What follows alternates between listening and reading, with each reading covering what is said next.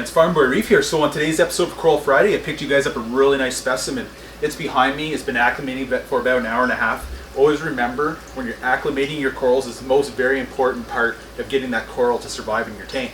Either you can do the drip technique, do it for a couple hours, or like I like to do, is always put a little bit of my tank water in there.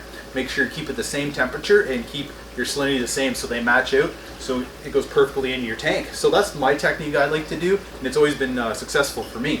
So the coral I got for you guys today, guys, is a nice acro coral. This one's, it's like a nice orange yellow, and supposedly underneath the lighting, it's going to have a nice purple tips on it. But with acros, you get them in your tank, they can change colors just because your water chemistry is pretty neat sometimes. When you start dosing, they can change from one color to another, so it's pretty awesome. So what we have to do here, guys, is we have to coral dip this coral, but I end up doing it at my local fish store at Marinescape. What we like to do is we dip it there, show a few of the customers what's going on, how well the primer works. Just a few capfuls of this and you're good to go. And then we get to see if there's any pests come off while they're in the store. So it was great. Thanks a lot, guys, again for doing that. Greatly appreciate that. So a few things that this coral likes, and so it can survive in your tank, is it likes a high intense light. So a great place to put it is near the top of your aquascape, so it gets a lot of that high intense light on there. I got the Radion, so it should really penetrate that coral. It likes a nice strong flow as well. So the stronger the flow, I find, is what it does is it'll make the branches of that coral thicken out and enlarge, and it makes the coral a lot stronger, and you'll have a bigger specimen. So it's great. And a couple other things for the coral, I always want to try to keep all your elements in check. Keep your calcium, alkalinity, your pH, and your strontium there. You're good to go, and the coral should strive in your tank. So you always make sure, keep it high in your tank and strong flow.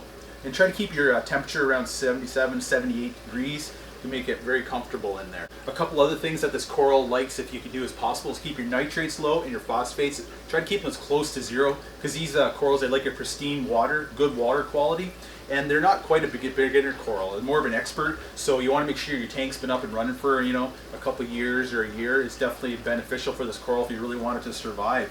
And additional, it gets a lot of its food directly from the light as well, and additional feeding can help. Try to make sure you keep your elements up, keep up with your water changes, use any kind of filtered media like ROA, keep your phosphates as low to zero, and you should have no problem with this coral. So I can't wait to get it out here and show you guys. It's a very beautiful specimen. This one is about probably the size of my hand, so it's a really nice colony. And what I like to do is I like to watch when I go into my local fish store, and if that same piece is there for a few weeks as it's growing, you can see a lot of great coral growth. You have a really healthy coral that likes to be in the aquarium. That's the best part. If you can watch that specimen, you know it's going to do really well in your tank. This one, I can't wait to show you guys. So what we have to do now is we got to get this coral all mounted up in here, and then we're going to turn the Radions down. We're going to see if we can get these corals to pop. So the application I'm going to use to attach this coral tonight, I'm going to use D&D Aquascapes. This is really good putty. So it comes in 2 tubes. So what you got is 2 different colors of putty. So we have the orange, so it looks exactly like coralline algae. So what you got to do is you're going to take that out. You're going to break off about an inch. So you take an inch off each color, out of each one. That. So you got an inch each. And what you're going to do is you're going to end up mixing the 2 together, and it's going to turn and look just like coralline algae. And so I'm going to mount this one near the top. I have a really nice peak area that it can sit, and it's really close to the Radion, so we can get a lot of great penetration with the lighting. It's very important with these corals. Okay, so I got the acro, it's all mounted up. So all we have to do now is we got the reef link open. So let's start turning the colors down. Let's turn the red dips down. Let's turn the greens down. Let's turn the cool whites down. So now we're just UV, royal blue, and blue. Let's take the blues all the way down. So as you guys can see on the tips, it's really beautiful colors. Let's turn royal blue down a little bit more.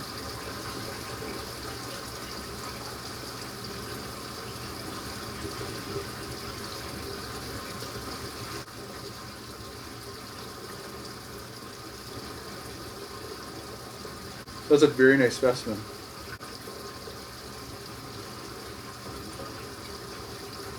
Alright guys, so that's the episode of Coral Friday this week. Thanks everyone for tuning in. We had a really nice specimen, and I hope you guys enjoyed it as much as I do. So tune in next week, same time, same place. You never know what I'm going to have. Alright guys, thanks. Bye.